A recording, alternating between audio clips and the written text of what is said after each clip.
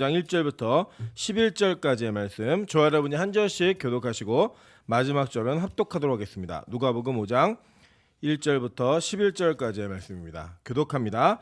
무리가 몰려와서 하나님의 말씀을 들을새 예수는 게네사렛 호숫가에 서서 호숫가에 배 두 척이 있는 것을 보시니 어부들은 배에서 나와서 그물을 씻는지라. 예수께서 한 배에 오르시니 그 배는 시몬의 배라. 육지에서 조금 떼기를 청하시고 앉으사 배에서 무리를 가르치시더니 말씀을 마치시고 시몬에게 이르시되 깊은 데로 가서 그물을 내려 고기를 잡으라.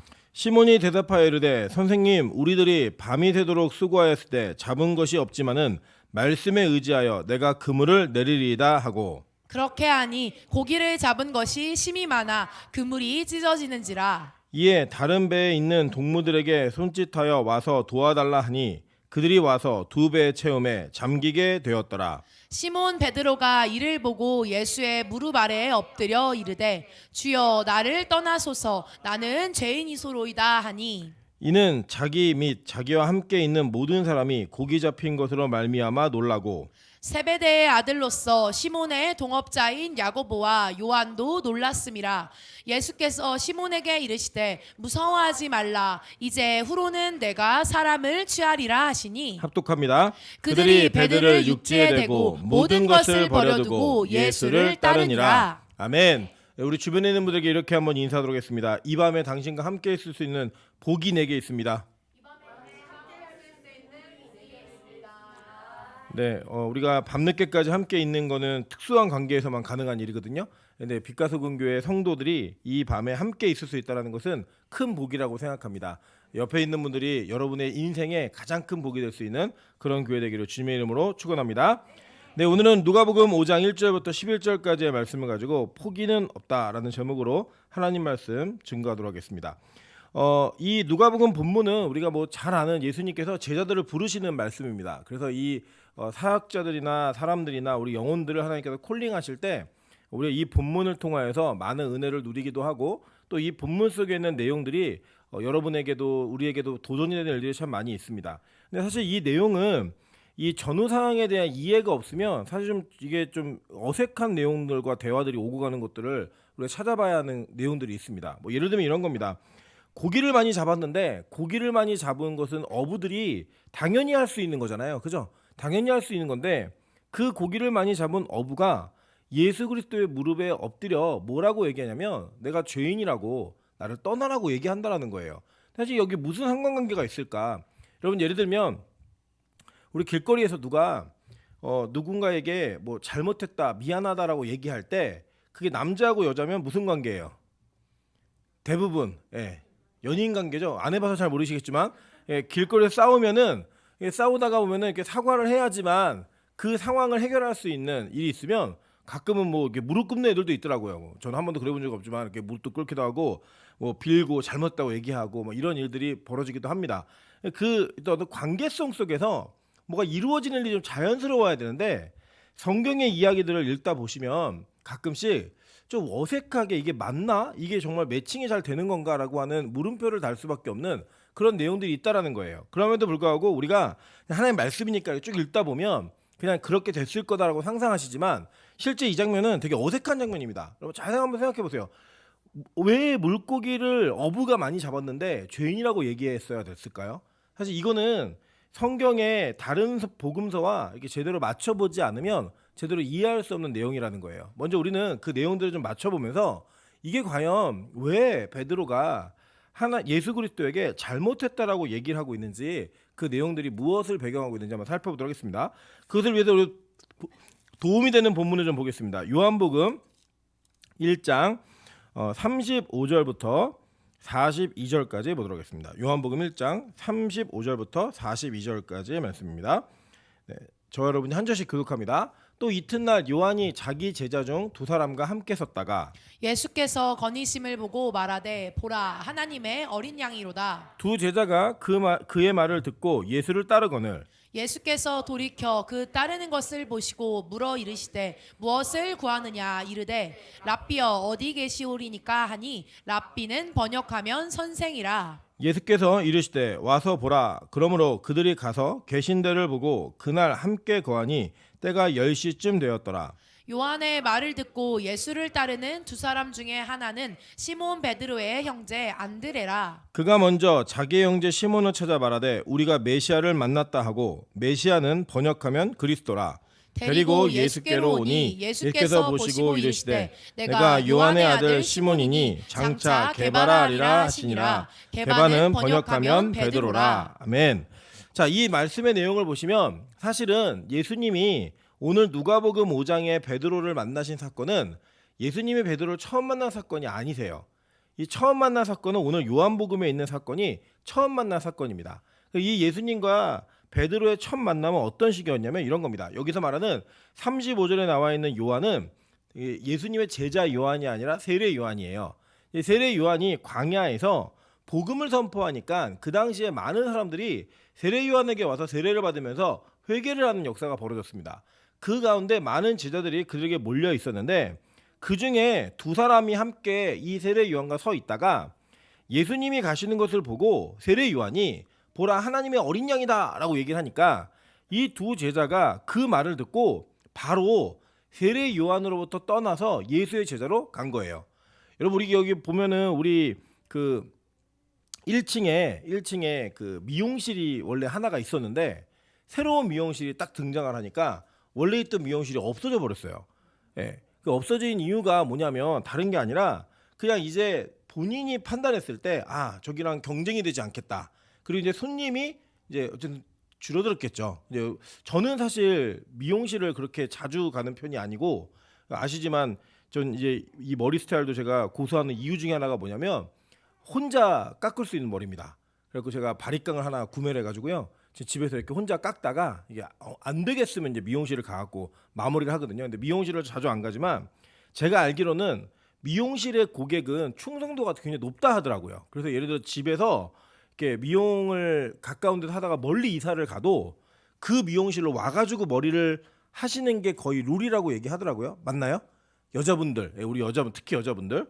그리고 뭐 가면은 뭐 2시간, 3시간 이렇게 하는 거를 전혀 어렵지 않게 생각하는 이유가 뭐냐면 그 정도의 가치가 있는 거죠. 근데 그 충성된 고객들이 떠나면 이제 더 이상은 장사를 할 수 없다는 판단하에 장사 마무리가 되겠죠. 그죠? 근데 그렇게 될 때 원래 계시던 분은 문을 닫으면서 얼마나 속이 상했을까요? 속상했겠죠. 자기가 여기 오랫동안 있었는데. 지금 우리 4층에도 보면 원래 PT 수학학원이라는 학원이 있었잖아요. 근데 저 건너편에 학원이 또 들어왔어요. 뭐 여기는 그럴 수밖에 없는 환경이지만 수학학원이 또 들어오니까 그 두 수학학원에 있는 묘한 긴장감이 있을까 없을까요? 있겠죠. 예를 들어 한번 생각해 보세요. 여기 M&M이 팔렸는데 교회에 팔렸다. 그래서 교회가 들어온 거예요 하나가. 순복음교회가 들어와가지고 막 기도하면서 우리 예배 드릴 때 막 시끄럽게 하고 말이에요. 우리 속상해요 안 속상해요? 그런 마음이 누구나 다 있을 겁니다. 아마도 세례 요한은 그 당시에 하나님의 계시가 400년 동안 더 이상 그들에게 말씀하지 않았을 때예요. 않았을 때 그를 통해서 하시는 말씀을 통하여 그 시대 가운데 많은 이들이 세례 요한에게 나와서 그 말씀을 듣는 그 당시에 우리로 식으로 얘기하면 아주 유명한 설교자였던 거예요. 근데 이 설교자가 이 자기의 말씀을 전하는 것보다 저기 있는 저 예수님의 말씀을 듣는 것이 훨씬 더 값어치 있는 일이다라고 하는 것을 이야기했고 그 예수가 누구인지를 세례 요한은 알고 있었습니다. 언제부터 알았죠? 태중에서부터 알았다는 거예요. 태중에서. 그 태중에부터 알고 있었기 때문에 그가 자기가 쇠하여지고 예수가 흥하여져야 된다라는 것 자체를 그는 이미 마음으로 인식하고 있었고 인정하고 있었던 사람이에요. 그래서 그의 곁을 제자들이 떠나가지고 예수를 따라가는데 세례 요한이 속상했더라 이런 말은 없어요. 그리고 이 두 제자가 그렇게 예수님을 따라간 겁니다. 그러니까 우리가 볼 때는 어떻게 의리도 없이 가나라고 얘기할 수 있지만 그건 의리의 문제가 아니에요. 이거는요 뭐의 문제냐면 진짜와 모형, 가짜, 그러니까 가짜라고까지 말하면 그렇지만 진짜 실체와 그 모형의 차이를 우리가 인식하셔야 되는 겁니다.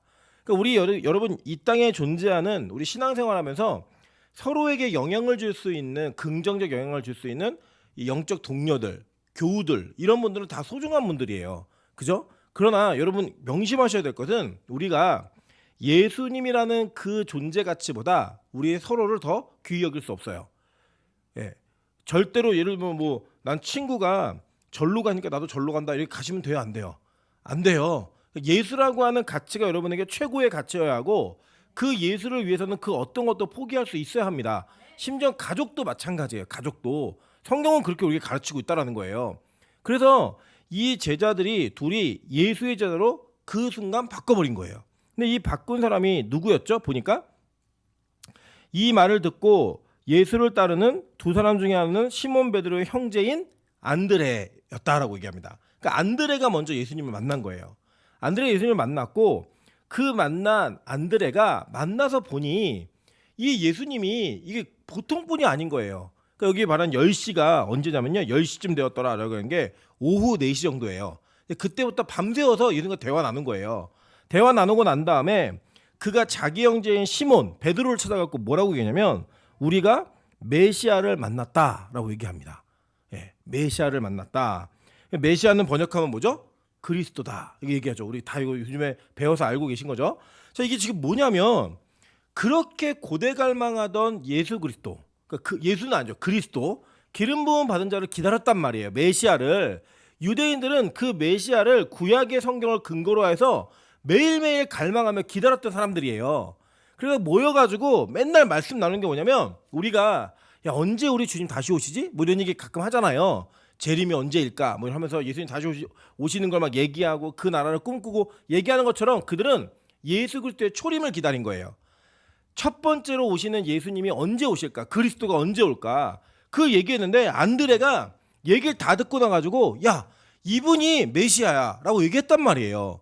그래서 베드로가 그 이야기를 듣고 예수님을 찾아갑니다. 진짜 맞는지 안 맞는지 확인해야 될 거 아니에요. 그래서 가가지고 뭘 했냐면 딱 만나자마자 예수님께서 베드로를 보시고 뭐라고 얘기했냐면 이게 보다라는 단어가 엠볼레포라고 하는 헬라어인데 이게 뭐냐면 신적으로 꿰뚫어 본다 이런 느낌이에요. 그러니까 사람 속을 다 보는 거예요.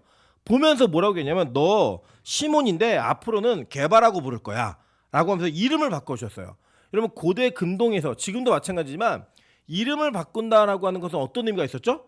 새롭게 창조되어지고 그 이름을 받은 사람이 그 이름을 준 사람의 소유가 되는 그런 그 가치가 있다고 얘기했죠. 그죠? 그 상황이 벌어진 거예요, 지금. 그러니까 이 게바는 이미 예수님으로 말미암아 이름을 부여받고 변화되어진 종이 된 거예요. 콜링을 받은 거라고요.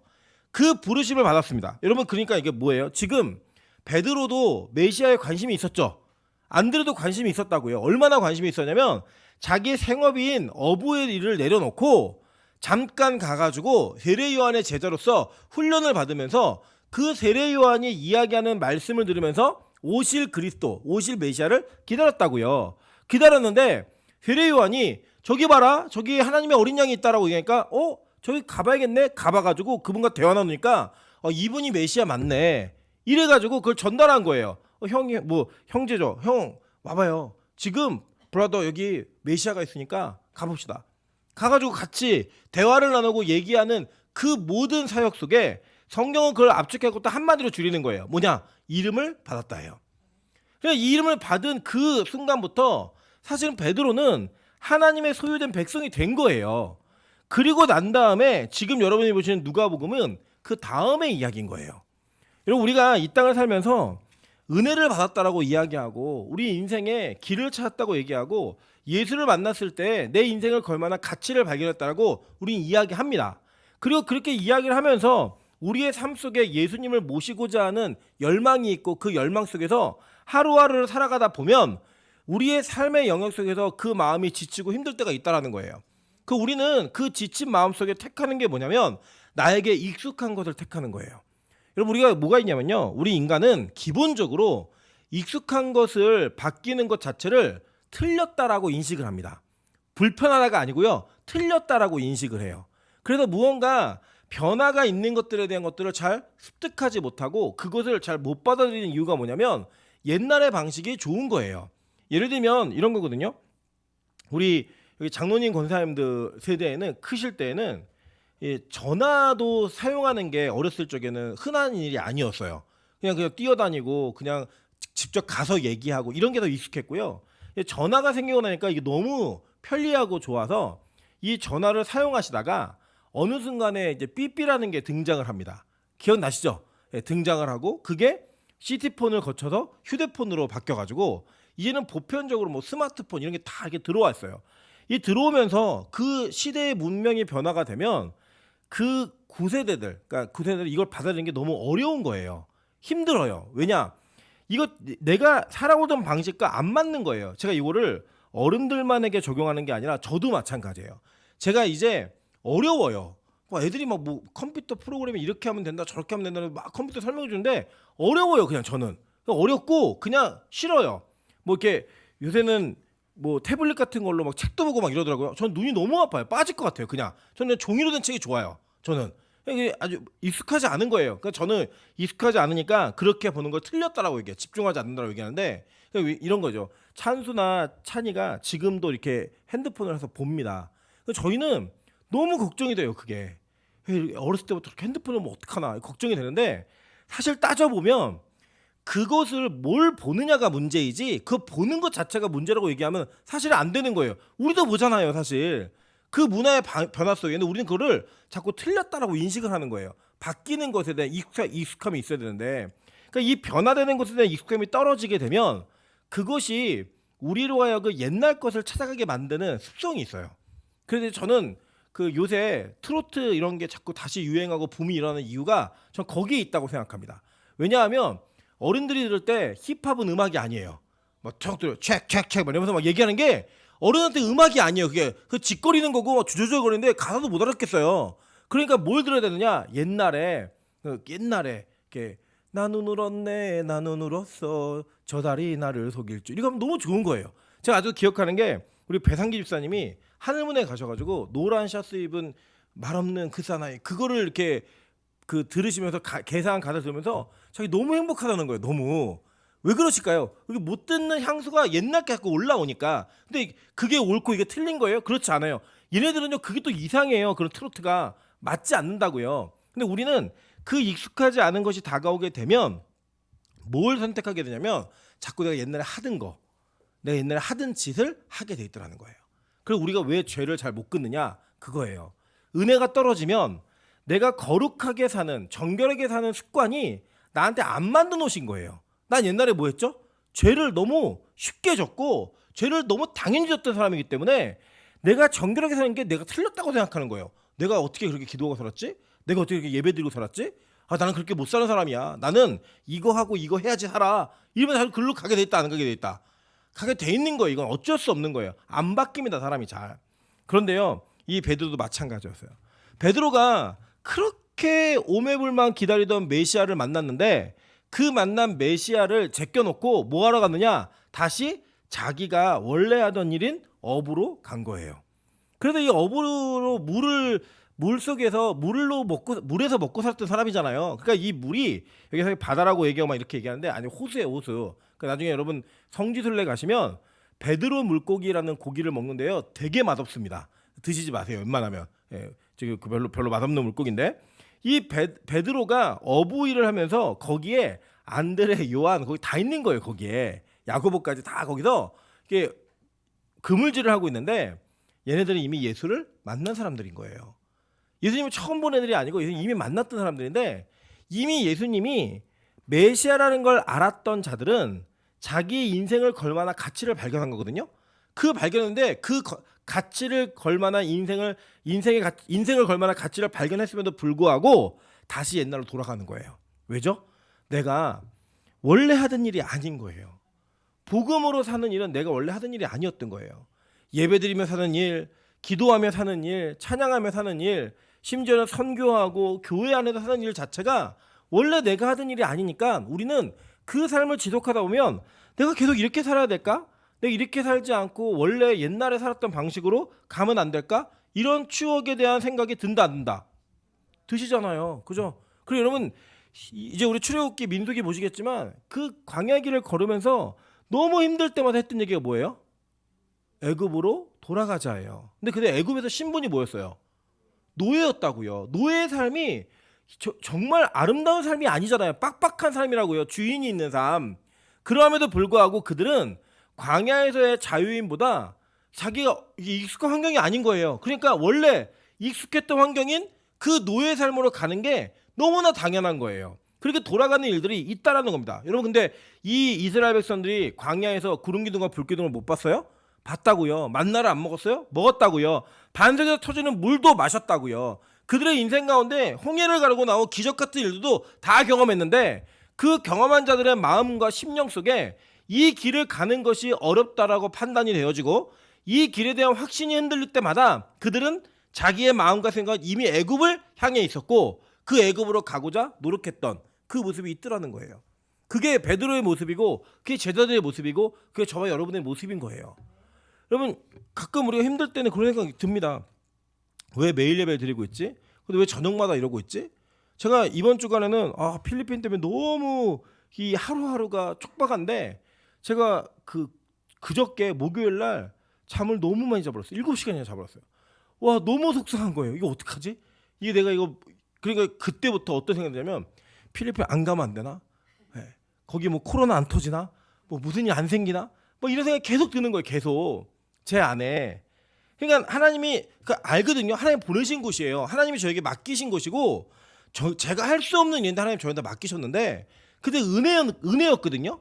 거기에 가서 하는 일을 통하여서 하나님 어떻게 일하시는가 저는 경험하고 왔거든요. 그럼에도 불구하고 여전히 우리 마음 가운데는 우리 자신의 육체와 우리 자신의 죄성이 편안함을 누리던 그 자체로 돌아가기 위한 관성의 법칙을 못 깨고 있더라는 거예요. 이 제자들이 처음에 그런 겁니다. 그래가지고 그들이 가서 한 일이 뭐냐? 걔네들이 가서 고기 잡고 있는 거예요. 고기를 잡으면서 아직 제자들의 마음 가운데 이분이 누구인지에 대한 신뢰가 정확하지 않으니까 그리스도라는 걸 머리로 안 거예요. 머리로. 근데 뭐로 안 온 거예요? 여기까지 안 내려오는 거예요. 그래서 누가 그러더라고요. 여기서부터 여기가 제일 멀대요. 우리 모든 인류의 존재하는 거리 중에 머리와 가슴이 제일 멀대요. 그렇잖아요. 공부를 하면 시험을 잘 보다는 거 우리 머리로 알아요. 그죠? 근데 그게 어디까지 안 내려와요? 가슴으로 내려와야 뜨거운 마음으로 공부를 하는데 그게 안 되는 거예요. 밥을 안 먹으면 살이 빠진다는 걸 알아요. 머리로는. 근데 그게 어디까지 안 내려와요? 마음으로 안 내려오니까 자꾸 누가 먹으면 먹게 되는 거예요. 우리 인생에 머리로 모르는 건 거의 없습니다. 우리 다 알아요. 근데 그 머리로 아는 것들이 가슴으로 내려오는 데까지는 하나님의 은혜가 필요한데 시간도 필요하고 은혜도 필요한데 지금 오늘 이 제자들은요. 예수님이 메시아라는 걸 머리로 알았어요. 기도해야 된다는 거, 예수님을 따라 살아야 된다는 것도 다 머리로 알았습니다. 그분이 나에게 이름을 지어줄 때 그게 무슨 의미인지도 머리로 알았어요. 근데 어디까지 안 내려온 거예요? 가슴까지 안 내려오는 거예요. 이 가슴까지 안 내려오니까 이 제자들이 원래 가서 뭐 하냐면 배를 타고 그물을 던지는 거예요. 여러분 생각해보세요. 예수님이 갑자기 호숫가여가지고 나 배 좀 쓸게라고 얘기하는 게 모르는 사이에 가능하다고 생각하세요? 이게 모르는 사이에 예를 들어 한번 생각해보세요. 여러분 지금 배를 지금 여러분의 가치로 따지면 차예요. 차. 제가 예를 들어서 우리 김선환 장로님께 장로님 제가 너무 급한 일이 생겨서 제 차 고장나서 잠깐 차를 좀 쓰겠습니다라고 말씀드리면 빌려주실 거예요. 아마 큰 이변이 없으면 운전 잘해요. 뭐 이렇게 시험 몇 번 보고 주실 거예요. 근데 모르는 분한테 가가지고 저 차 좀 쓸게요 얘기하면 누가 줘요? 안 줘요. 예수님이 배를 타고 시몬의 배에 타갖고 육지에서 좀 뛰어 이렇게 얘기까지 할 정도예요. 그러니까 시몬 알았다 몰랐다? 아는 사이예요. 둘이 이미 본 사이라고요. 그런데 이 시몬은 예수님을 만났고 이 개발하는 이름을 받았음에도 불구하고 그 예수님의 콜링에 자신의 인생을 다 드리지 못한 거예요. 머리로 아는데 가슴으로 안 돼 있는 거예요. 그래갖고 원래 자기가 하던 익숙한 일을 따라서 와가지고 익숙한 일을 하는 거예요. 그게 뭐예요? 어부질이에요. 어부질하고 있으니까 그래서 뭐라고 부르냐면 이게 그 배에 앉아가지고요 다른 게 하는 게 아니라 사람들을 가르쳐요. 사람들을. 그 누가 들었을까요? 베드로가 옆에 듣고 있었겠죠.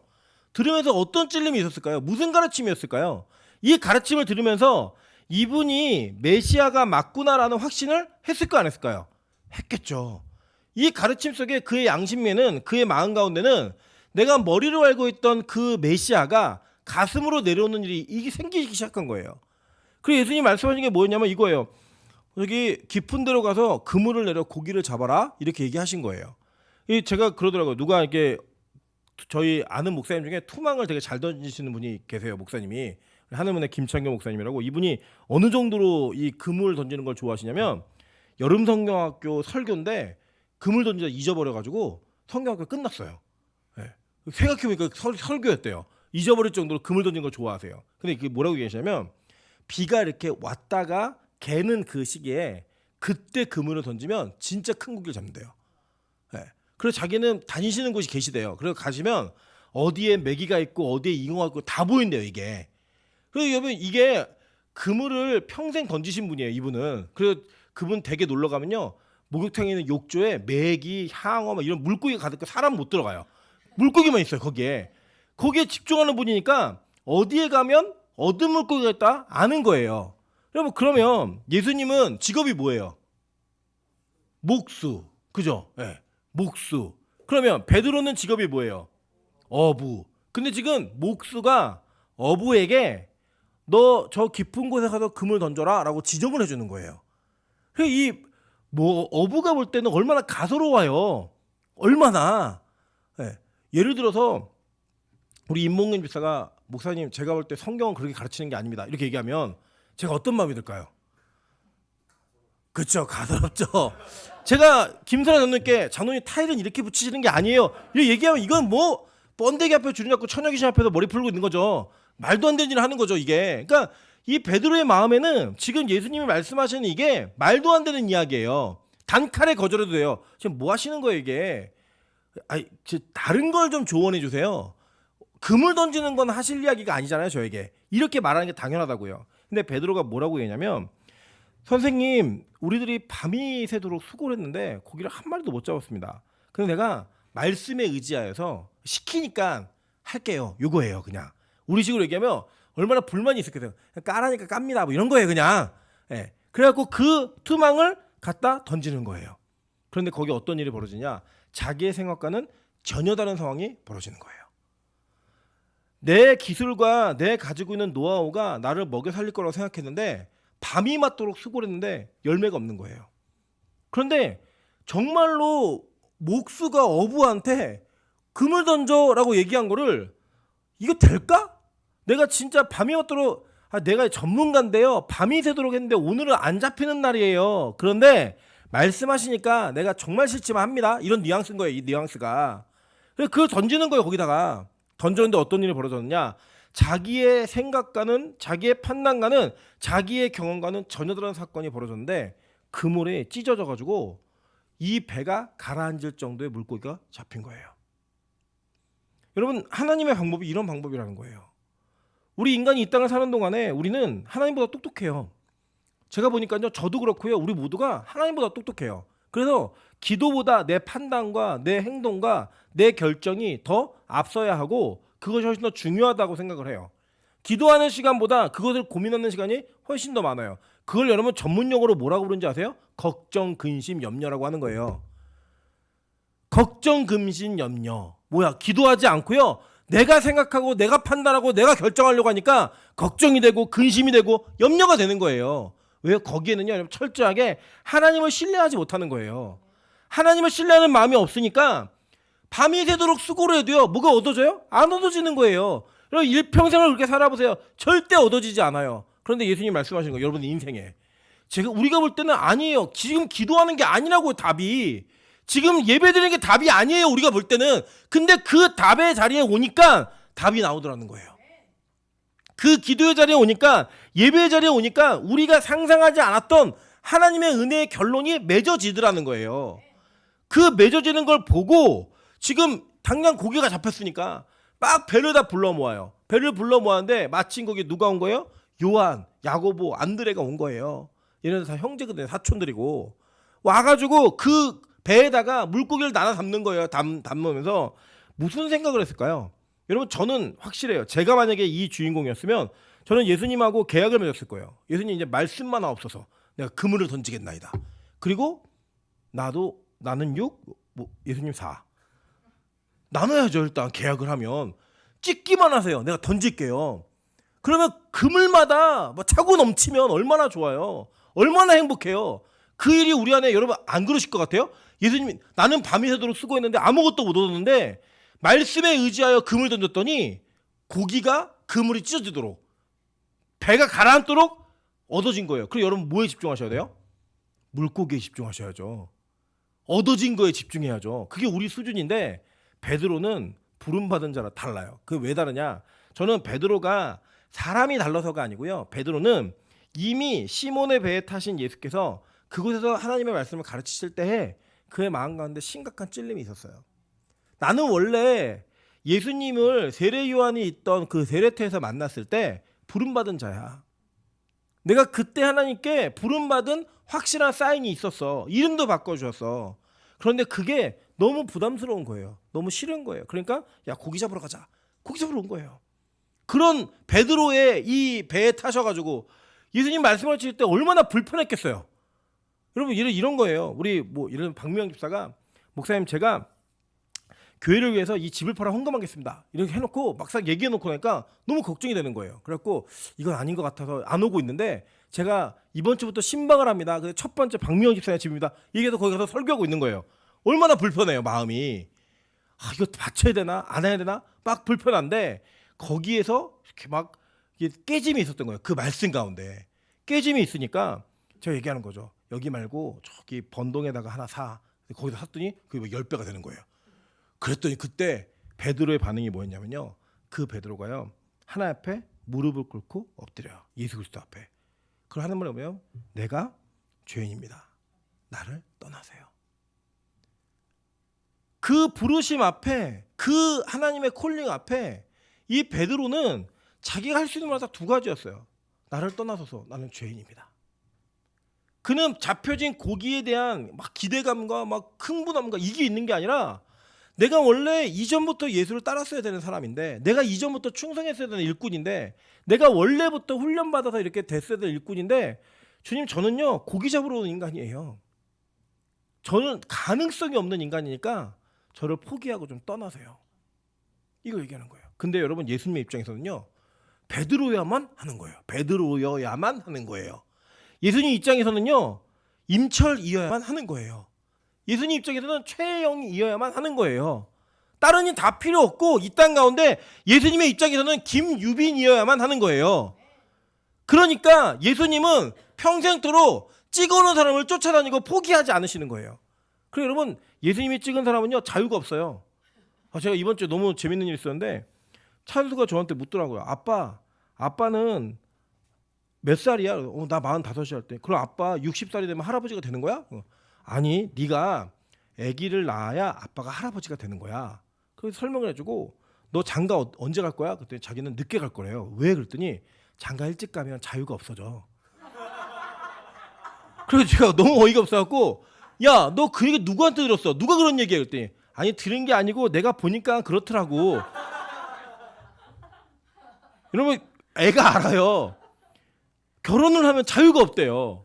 아빠를 보니까 자유가 없는 거예요. 엄마가 얼마나 혹독하게 훈련을 시키고 얼마나 이게 포악한 정치를 하고 있으면 집안을 다스리고 있으면 애가 아는 거예요. 애가. 여러분 예수님이 여러분을 찍은 순간부터 사실 여러분이 자유가 없어요. 여러분 이게 성경에요. 계속 있는 이야기예요. 여러분 요나 예수님이 그냥 물속에서 죽여버릴 수 있잖아요. 그런데요 요나여야만 하는 거예요. 포기하지 않는 거예요. 예수님이요 도망간 엘리야 그냥 그래 너 한 번 쓰고 이래요. 너 아니고 사람 많아 7,000명이나 있어. 포기할 수 있잖아요. 포기하지 않아요.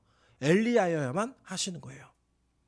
그런 하나님의 부르심과 하나님의 끔찍한 사랑과 하나님께서 우리를 포기하지 않는 그 은혜 속에 지금 저와 여러분이 여지껏 몇 번이고 버림받아야 되고 몇 번이고 주님 나를 떠나세요 나 죄인입니다라는 이야기를 수도 없이 우리 그냥 노궁이처럼 읊어야 되는 우리의 인생에 하나님 여전히 우리를 포기하지 않으시고 우리에게 부르심을 하시는 거예요. 생각이 많고 고민이 많고 다 좋아요. 마음껏 해보세요. 답 없어요 여러분. 답은요 붙들림 받은 나를 붙드심 받은 그분의 걸음을 쫓아가는 거 외에는 방법이 없는 거예요. 여러분 예수님이요 왜 이 베드로를 이렇게 포기하지 않으셨을까요? 여러분 돼지는 왜 키우죠? 잡아먹으려고. 그죠? 빛과 소금의 목적이 분명합니다. 먹으려는 거예요 무조건. 애완 이런 건 없어요. 여러분 베드로는요 예수님을 대신해서 로마에서 십자가에 못 박혀 죽어야 되는 예수님의 계획이 있었기 때문에 그거는 베드로만 할 수 있는 일이었기 때문에 하나님께서 그를 포기하지 않으시는 거예요. 빛과 소금에 있는 성도님들과 저를 예수님께서는 우리여야만 매일 예배를 드릴 수 있으니까 우리를 포기하지 않으시는 거예요. 이게 뭐 하는 짓이에요. 매일 저녁 퇴근하면 교회 와서 밥 먹고 그 힘든 몸을 가지고 기도하고 퇴근하면 밥도 못 먹고 와서 예배드리고 이게 하는 게 좀 무슨 짓인지. 그렇다고 뭐 사람들이 알아주는 것도 아니고 수많은 성도가 늘어나는 것도 아니고 그냥 그 예배를 드리는 것 자체가 하나님께서 우리 아니면 할 수 없으니까 우리를 부르신 거예요. 왜 이렇게 멀리들 오는지 모르겠어요. 용인에서 오고 왜 이렇게 멀리에서 오는지 모르겠어요. 하나님이요 거기에서 올 수 있는 사람을 꼽으신 거예요. 그냥 부르신 거예요. 그냥 너 앞으로 여기 와. 내가 찍었어. 포기 안 하시는 거예요. 하나님이 심지어 북한에서 불러가지고 여기 앉혀놓고 교회가 그렇게 많은데 왜 굳이 매일 예배드리는 교회 와가지고 스트레스 받으면서 그 은혜가 하나님의 그 집착은 그 근본 속에는 우리를 사랑하시는 그 사랑 속에 하나님께 우리를 만들어 가시는 거예요. 여러분 오해는 마세요. 여러분이 괜찮아서가 아니에요. 여러분은 진짜로 나를 떠나세요. 나는 죄인입니다라는 이야기를 할 수밖에 없는 베드로보다도 훨씬 못한 인간들이잖아요. 근데 하나님은요 찍으시면 만드시는 거예요. 찍으시면 내가 원하는 자리까지 너 만들어 놓을 거니까 걱정하지 말고 따라와. 이거예요. 성경을 보면요. 하나님의 은혜는 제가 볼 때는 폭력적이에요. 상의하지 않아요. 절대로 우리를 설득시키지 않아요. 그냥 하나님이 원하신 대로 끌고 가요. 따라오라는 거예요. 얼마나 자신 있는지 따라와. 내가 책임질게. 내가 만들어낼 테니까 걱정하지 말고 따라와. 이게 하나님이 우리를 이끄셨던 방법이에요. 저는 뭐 목회 비전 뭐 이런 거 얘기하고 목사들끼리 모이면 막 그런 얘기 하거든요. 저는 진짜 그런 게 하나도 없어요. 뭐 저도 얘기해 버려요. 할 말이 없어요. 저는 그냥 우리는 매일 예배 드리니까 매일 예배 드리고 있고 그 다음은 없어. 그냥 하라니까 하는 거야. 때가 되면 알려주시겠지. 하고 싶은 게 없어요. 저희 그런 사람 아니었습니다. 저는 진짜 뭐 어느 교회를 가든 목회 계획서를 내라 그러면 계획서를요 정말 체계적으로 잘 써서 그냥 보기만 해도 이 사람한테 맡기면 잘 되겠다라는 목회 보고서 써냈던 사람이에요. 그 저기 누구야 우리 기호 형제랑 같이 있던 교회에서도 담임 목사님이 목회 보고서 진짜 마음에 든다고 이렇게 얘기할 정도로 써냈던 사람이에요. 근데 그게 저에게는 이제 더 이상 중요한 게 아니에요. 하나님이 원하시면 그 어떤 것도 제 인생에 하나님을 넘어선 계획은 없다라는 걸 하나님이 철저하게 경험시켰어요. 저는 우리 빛과 소금 교회가 하나님의 은혜 속에서 끌려가는 인생, 따라가는 인생 되기를 소망합니다. 여러분 제가 볼 때는요 예수님의 그 부르심에 응답하는 방법 딱 두 가지예요. 하나 뭐냐 따라가는 사람이 있고 하나 끌려가는 사람이 있어요. 그러니까 둘 중에 어떤 것이든 간에 예수님이 원하시는 방향으로 가는 거예요. 우리는. 근데 끌려가는 건 어떻게 가는 거예요? 질질질 끌려간다는 건 내가 힘든 거예요 사실. 근데 따라가는 거는요 얼마나 좋은지 아세요? 끌려간과 따라가면 큰 차이가 있다니까요. 끌려가면요 여러분 살갗 벗겨지고 옷 찢어지고 다 찢어져요. 끌려가니까. 근데 따라가면요 얼마나 행복해요. 그것도 나를 부르시니가 전능하신 하나님이시다. 전능하신 예수님이시다. 그분의 말씀에 의지했더니 열매가 거둬진 걸 본 거예요. 저는 믿어요. 저는 하나님의 교회가 어떻게 부흥을 할 수 있는지 어떤 환경 속에서 부흥이 되는지를요 여러 번 경험했습니다. 저는 하늘문 통해서만이 아니라 제가 사역했던 많은 교회들 가운데 정말 부흥의 은혜가 있었던 교회들이 있었거든요. 그 교회 입지 조건을 보면요 부흥 못할 교회예요. 그 교회의 성도의 구성과 목사님을 보면 부흥 안 될 교회예요. 근데 하나님이 하시니까 하시더라고요. 제가 볼 때는 이성적 판단으로는 여기는 안 돼요. 근데 되는 은혜가 있더라고요. 그러면 하늘문에 처음에 저희 어머니가 거기에 너무 외로워가지고 저기 폐차장에서 차 몇 대 하다가 좀 마당에 세우느라고 그러셨어요. 너무 외로워가지고 다 예배드리면 한 30명 40명 예배드리고 다 집에 가면 거기서 여자 3명 순정 전도사님, 은영 전도사님 저희 어머니 셋이서 컨테이너 안에서 그 밤을 문 잠그고 지냈어요. 무서워서 그 산에서 사람이 없어가지고 그랬던 시간들이 있었거든요.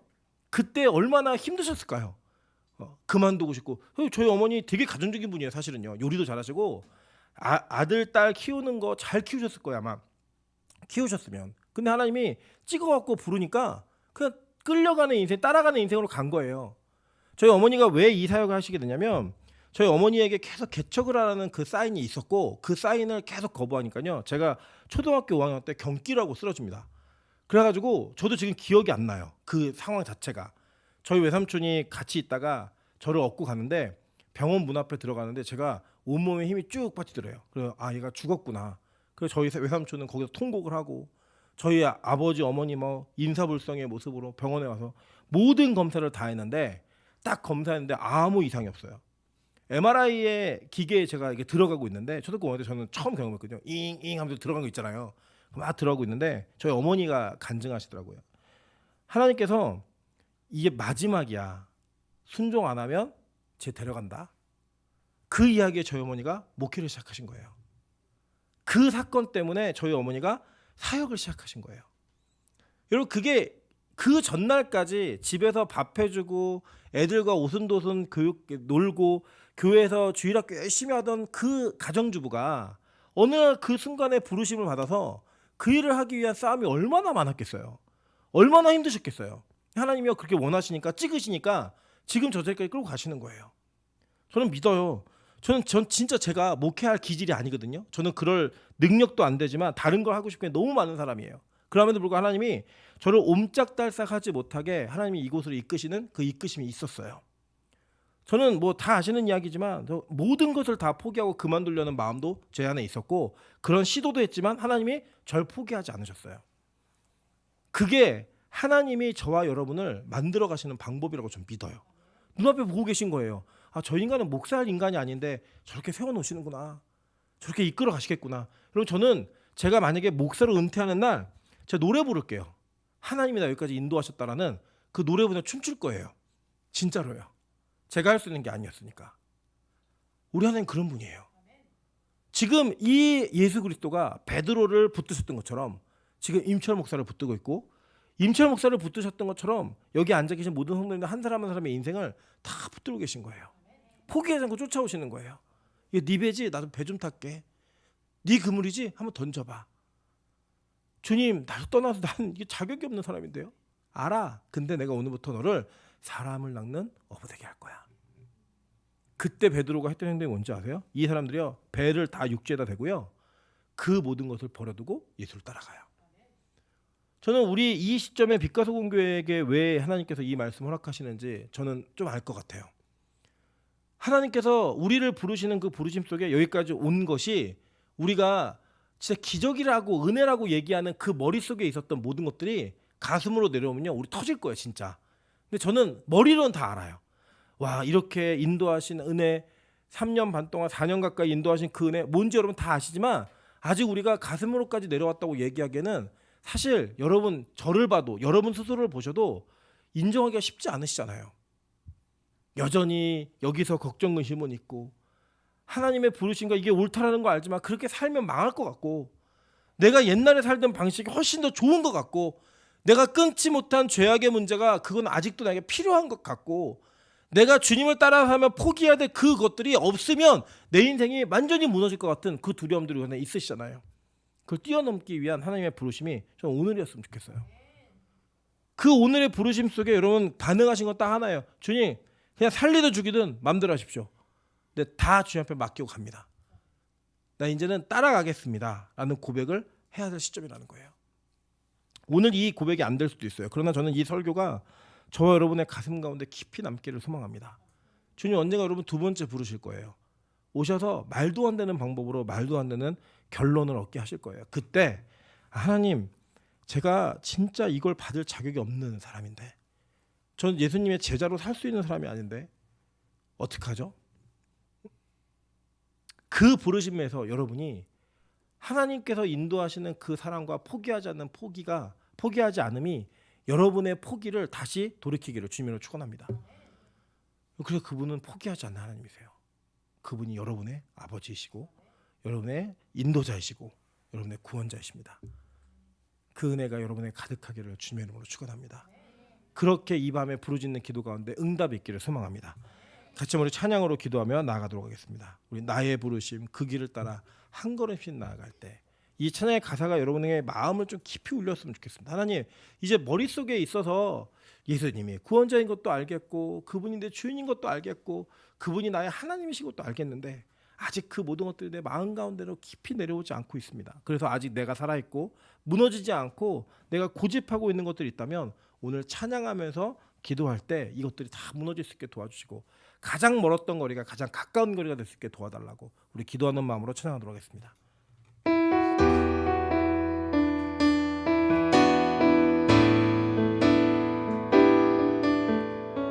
나의 부르심 그 길을 따라 나의 부르심 그 길을 따라 한 걸음씩